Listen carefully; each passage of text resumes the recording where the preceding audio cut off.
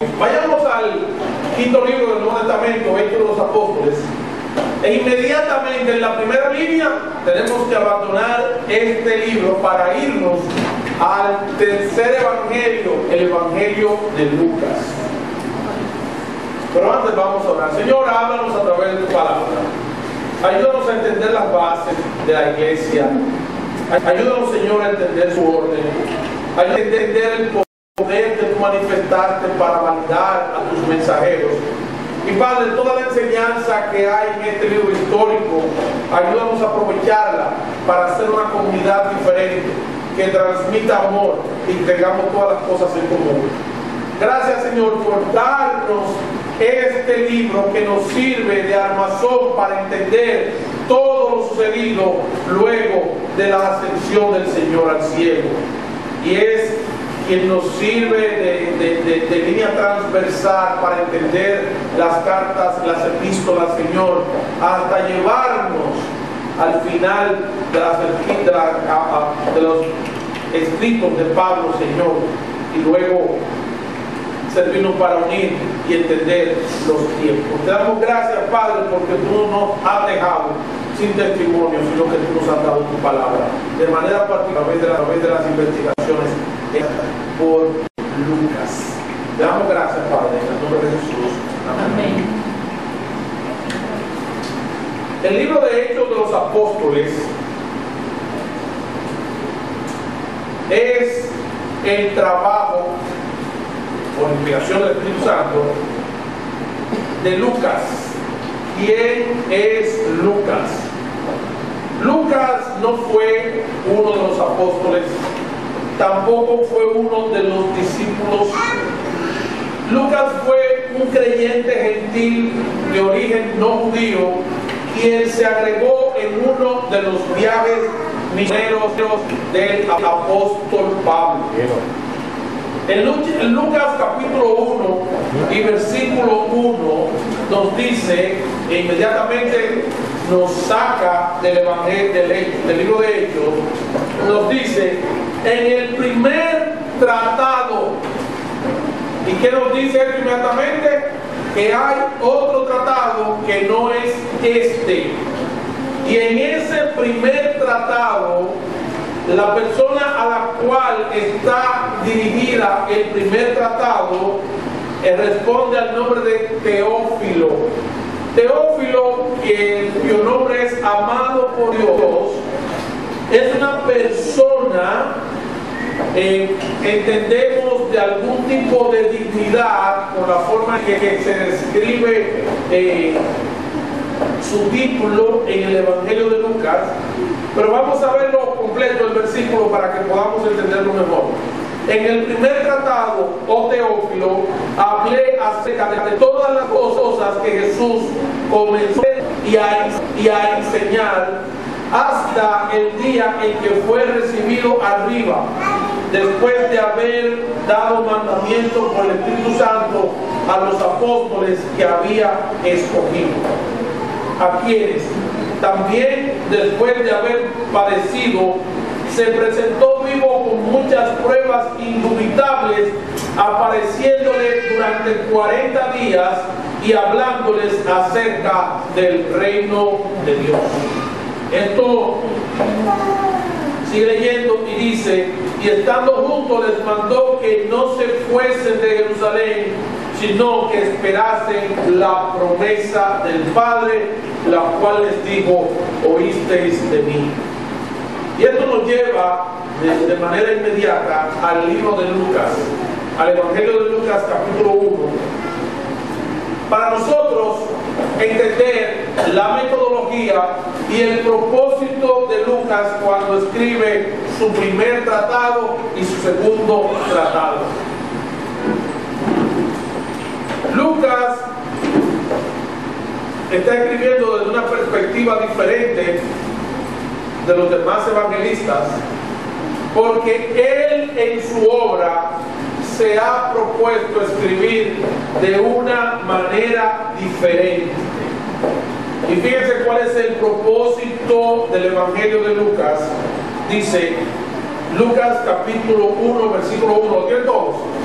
¿Lo tienen todos? Dice, puesto que ya muchos han tratado de poner en orden la historia de las cosas que entre nosotros han sido ciertísimas, es decir, habían ya existido, se habían dado una serie de esfuerzos de diferentes personas, las cuales él dice que habían sido muchas los esfuerzos de poner en orden, de escribir en orden las cosas hechas por Jesús, de cosas que no eran simplemente fábulas, sino cosas que eran ciertísimas para ellos, de las cuales él atestigua como ciertísimas, tal como nos lo enseñaron, lo que desde el principio lo vieron con sus ojos y fueron ministros de la palabra. Me ha parecido también a mí, después de haber investigado con diligencia todas las cosas desde su origen, escribírtelas por orden. ¿Y a quién está hablando él? Oh, excelentísimo Teófilo, para que conozcas bien la verdad de las cosas en las cuales has sido instruido. ¿Quién era Teófilo? Teófilo era un creyente. Teófilo, por su nombre griego,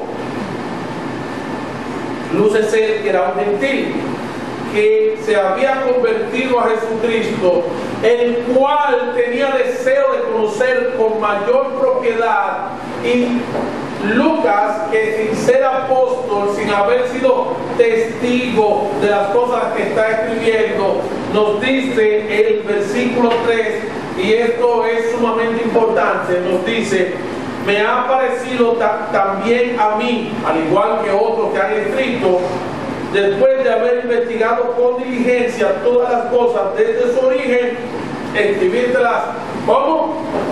Por orden, oh excelentísimo Teófilo. Es decir, que cuando nosotros vemos los 4 evangelios, cada uno tiene su particularidad, pero el evangelio de Lucas tiene una muy especial. ¿Cuál es? Está escrita en el orden en la cual fueron escritas las cosas. Además, sin restarle ningún tipo de autoridad a los demás evangelios, todas las cosas que se encuentran en Lucas y que pudieran no aparecer en los demás evangelios están sustentadas en una investigación diligente de parte de Lucas, quien era un médico, y por su formación estaba orientado a escribir con una argumentación más ordenada que los demás evangelistas, que no por eso deja tener tanto mérito como el evangelio de Lucas. De manera particular, cuando tanto Mateo como Juan fueron testigos presenciales de las cosas que escribieron, mientras que el evangelio de Marcos son las recopilaciones de las predicaciones y enseñanzas de Pedro cuando se encontraba en Babilonia. Pero aquí encontramos a Lucas, quien posiblemente investigó de diferentes fuentes para ponerlas en orden. Entonces, con esa introducción ya tenemos algo de entendimiento con relación al primer tratado, y volvamos entonces al libro de Hechos de los Apóstoles. Nos quedamos en el versículo 5.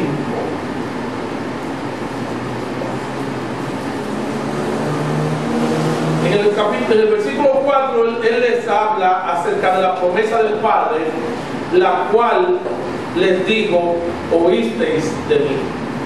Porque Juan ciertamente bautizó con agua, mas vosotros seréis bautizados con el Espíritu Santo dentro de no muchos días. Entonces el tratado, este segundo tratado, más bien va a enumerar los hechos y sucesos y todo lo relacionado con la obra del Espíritu Santo cuando llega el cumplimiento de la promesa hecha por el Señor. Es decir, un nombre alternativo de este libro sería más bien que Hechos de los Apóstoles, podría ser Hechos del Espíritu Santo y de cómo logró a través de sus santos apóstoles. Parte de la argumentación es que el libro de Hechos fue la presentación de la defensa del apóstol Pablo cuando iba a ser enjuiciado sobre las acusaciones que los judíos hacían acerca de él y acerca de sus falsas enseñanzas que ellos decían que él propagaba y de cómo se le acusaba de querer agredir el Imperio Romano. Entonces, podría decirse que el libro de Hechos, una de las explicaciones es que viene siendo la defensa de que Pablo presentó oralmente frente al César, posiblemente nada más y nada menos que Neroncito. Versículo 6. Luego, entonces, ya terminado el relato de los evangelios, él se va a concentrar directamente en la ascensión. Recuerden, alguna de las cosas que tenemos presente aquí es que luego que el Señor Jesús resucitó, le apareció durante qué tiempo a sus discípulos. ¿Durante cuánto tiempo estuvo el Señor apareciendo a sus discípulos? 40 días. Y de hecho, en otro pasaje, creo que en 1 Corintios 15, se nos mencionan de manera ordenada todas las apariciones que el Señor hizo a sus discípulos. Versículo 6. Entonces, los que se habían reunido al momento de la ascensión le preguntaron diciendo: Señor, ¿restaurarás el reino de Israel en este tiempo? Una pregunta que era sumamente importante para los judíos. Era una pregunta con connotación político-religiosa. ¿Por qué?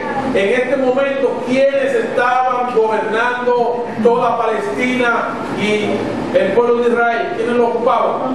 Los romanos. Y una de las cosas que ellos decían: Señor, tú habrás de restaurar el reino de Israel en este tiempo. Y aquí el Señor le da una respuesta delicada, pero como boche, y todo boche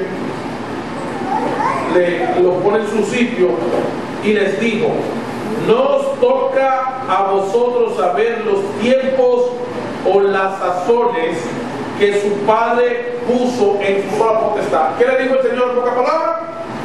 Eso no es asunto de quién, de ustedes. Ahora, en lo que ustedes sí tienen que concentrarse es lo siguiente: no se pongan a pensar si ustedes van a ser ministros, si ustedes van a recibir algún tipo de posición, cuál va a ser la proyección que tendrá la nación de Israel. Versículo 8. En lo que ustedes sí tienen que concentrarse es en esto: pero recibiréis poder, no mediante la restauración del reino de Israel, sino cuando haya venido sobre vosotros el Espíritu Santo. Entonces, ¿saben algo?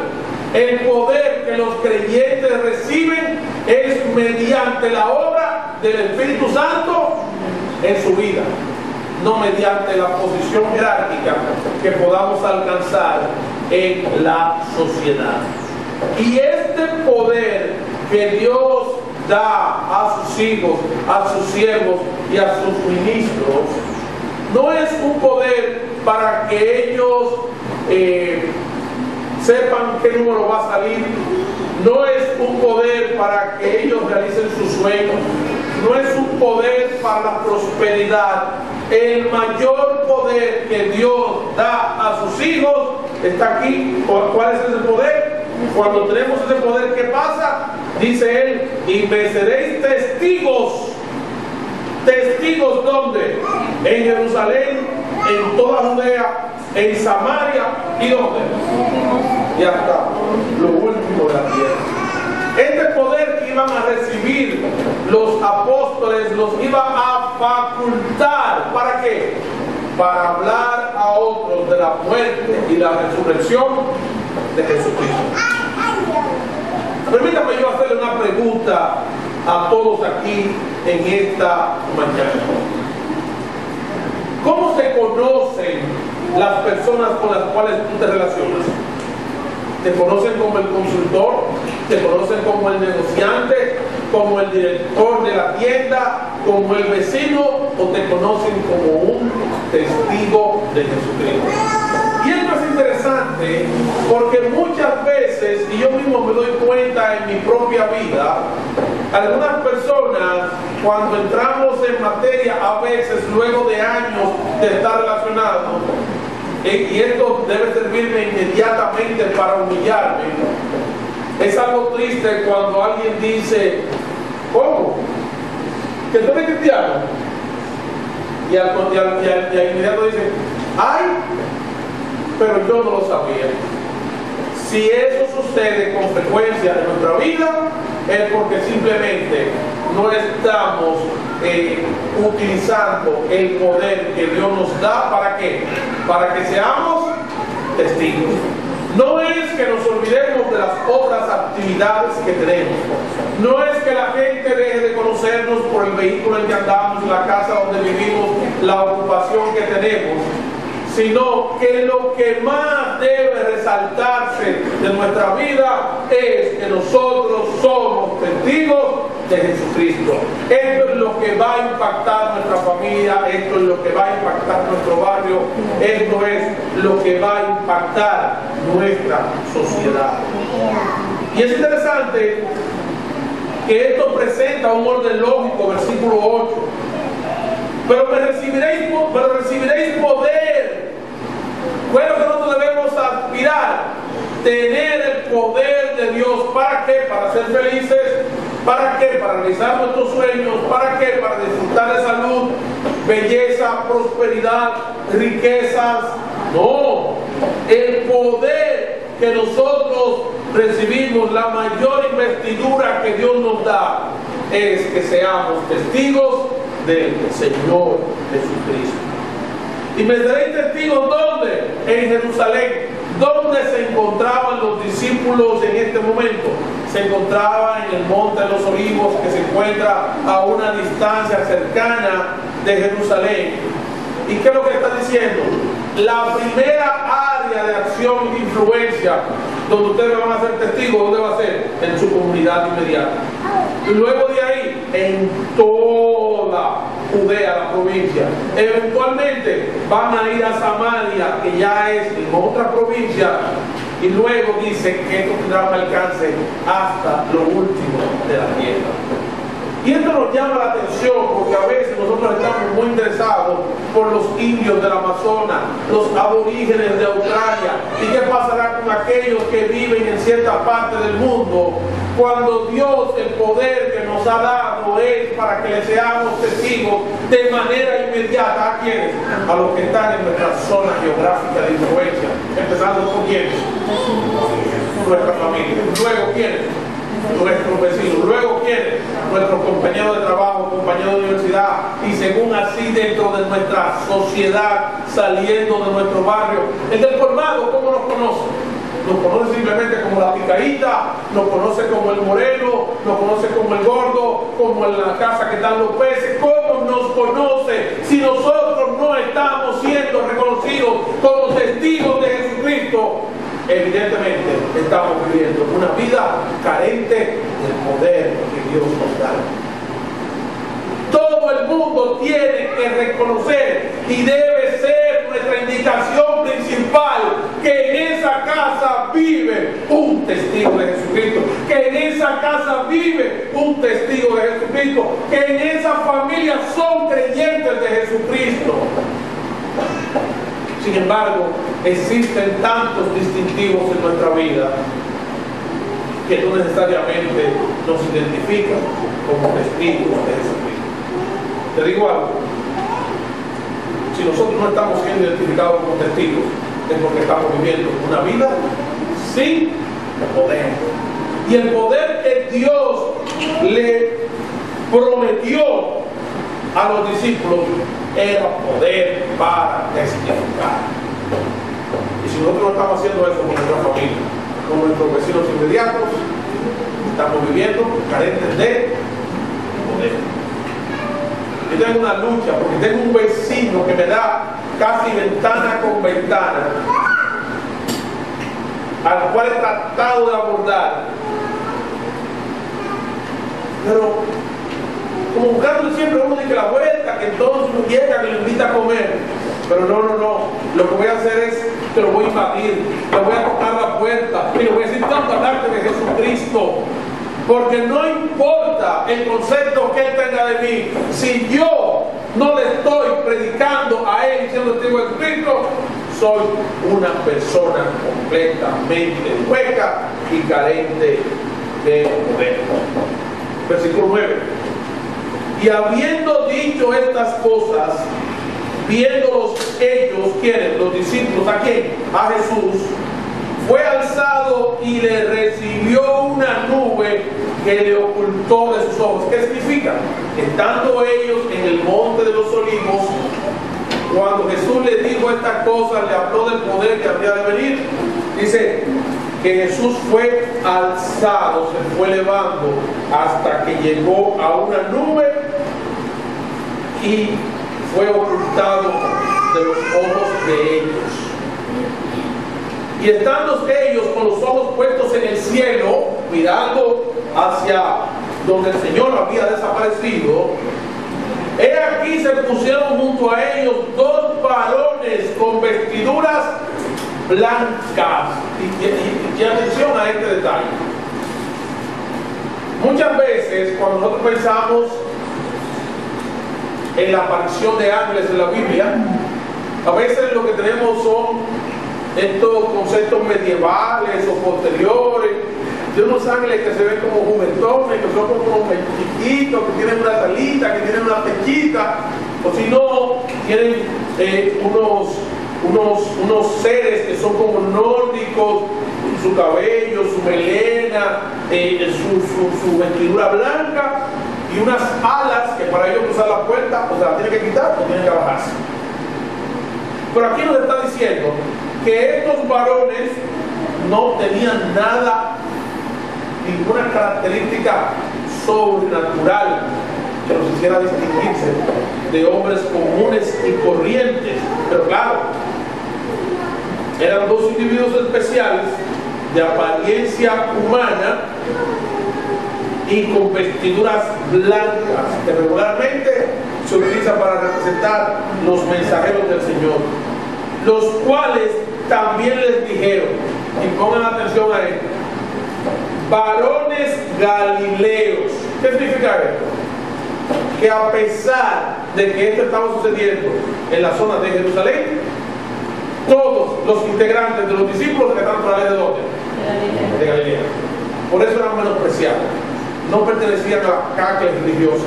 Ellos eran personas del vulgo, eran personas que no pertenecían a escuelas rabínicas, no estaban en la línea sucesoral de los grandes sacerdotes, eran personas desconocidas. Pero les dice, los ángeles les dicen, los cuales también les dijeron, varones galileos, ¿por qué estáis mirando al cielo? O sea, ¿qué ustedes hacen buscando el cielo? Ya ese Señor Jesús, este mismo Jesús que ha sido tomado de vosotros al cielo, ¿qué dice? Así vendrá como le habéis visto ir al cielo. ¿Qué significa? Que es un detalle muy interesante porque nos responde o nos mete de lleno en la pregunta, ven acá, ¿y dónde está Jesús después de su resurrección? La Biblia nos dice que Él fue llevado al cielo. Y de hecho, Juan 14 nos habla de que Él iría a una actividad particular. Juan 14, lo leo para ustedes, para que sepamos cuál es la actividad de Jesucristo en este momento. Jesús le dice, después de la última cena, no se turbe vuestro corazón, creéis en Dios, creed también en mí. En la casa de mi Padre muchas moradas hay. Si así no fuera, yo os lo hubiera dicho. O sea, Él no está haciendo promesas de campaña que no va a cumplir. Yo os lo hubiera dicho, voy pues a preparar un lugar para vosotros. Y si me fuere, que ¿qué ha sucedido aquí en el libro de Hechos? Jesús es llevado al cielo, dice, y si me fuere, ¿qué sucedió? Dios preparará el lugar en que se encuentra el Señor en este tiempo, ahora mismo, preparando el lugar para nosotros. ¿Qué tipo de lugar, qué características? Yo no sé, pero la Biblia me dice en qué Él está trabajando en este tiempo en nosotros, por nosotros. Y si me fuere y os prepararé el lugar, ¿qué dice? Vendré otra vez. Enseñanza particular y creencia firme de todos los creyentes. Nosotros todos creemos, los creyentes, ¿en qué? En que Jesucristo habrá de venir en su segunda venida a la tierra. Es decir, uno de los fundamentos más fuertes de la fe cristiana es no solamente que Jesucristo resucitó, sino que Él está sentado a la diestra de Dios, que no solamente está preparando el lugar para nosotros, sino que también dice que vendré otra vez. Y nosotros estamos a la expectativa de que el Señor Jesús habrá de venir otra vez, y nos llama la atención el hecho de que la esperanza del creyente no radica, no descansa en una buena casa, una buena salud, un buen seguro médico, un carro, un inversor, una planta, vivir en un lugar y disfrutar la vida mientras se pueda. La esperanza del creyente va más allá, porque estamos esperando la venida del Señor, que consigo traerá bendición y la consumación de toda una serie de promesas para los creyentes, y donde en su venida todos seremos transformados. Pero ya eso es tema de otra predicación. Este mismo Jesús que ha sido tomado de nosotros al cielo, que hemos visto que fue alzado y que fue recibido en una nube, cuando Él regresa, ¿cómo será? Él vendrá también, y nosotros nos juntaremos con Él, ¿dónde? En las nubes. Primera a los Tesalonicenses, capítulo 4. Y esto me lleva a pensar, ¿qué tal nosotros estamos comprometidos con este mundo y con este sistema de cosas, que no estamos esperando la venida del Señor Jesús? El Señor Jesús habrá de venir. Inclusive hay un pasaje, creo que en Zacarías, que nos dice que Él vendrá de nuevo y pondrá sus pies, literales, ¿dónde? En el monte de los olivos. La venida del Señor no solamente es inminente, sino que también es real, y también es física, y también es personal.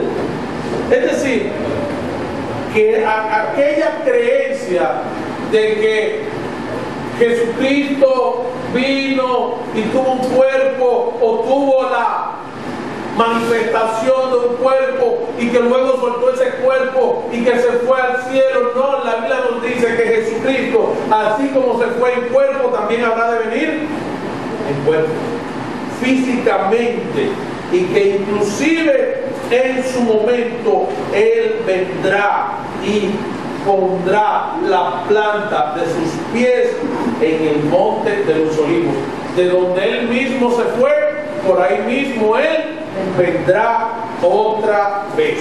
¿Ok?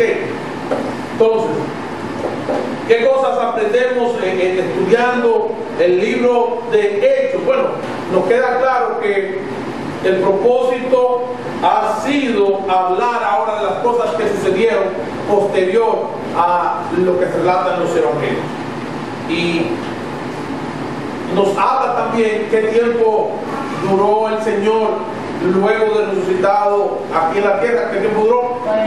40 días, en la cual le apareció de manera indubitable a sus discípulos. También nos llama la atención de que la mayor manifestación de poder que Dios le da a sus hijos, a sus discípulos, a sus siervos, hombres y mujeres, no es para que sean felices, no es para que logren la realización, no es para que alcancen la felicidad ni la prosperidad. La mayor manifestación de poder que ellos podemos tener ¿Sabe cuál es? Que le seamos entendidos. Cuando una persona toma un grupo de tratados, como hacía un amigo, él se subía en el metro. Y en el metro, él provocaba la atención de las personas y al que le interesaba, para contar que regaló papeles y lo acusaran de que estaba incitando, él hacía así y repartía tratados. ¿Quieres que diga algo? Esa persona en ese momento está teniendo más poder que yo cuando estoy hablando a una audiencia nacional de banqueros en una conferencia de República Dominicana. ¿Quién está manifestando más poder? Él. ¿Por qué le está haciendo qué? Testigo.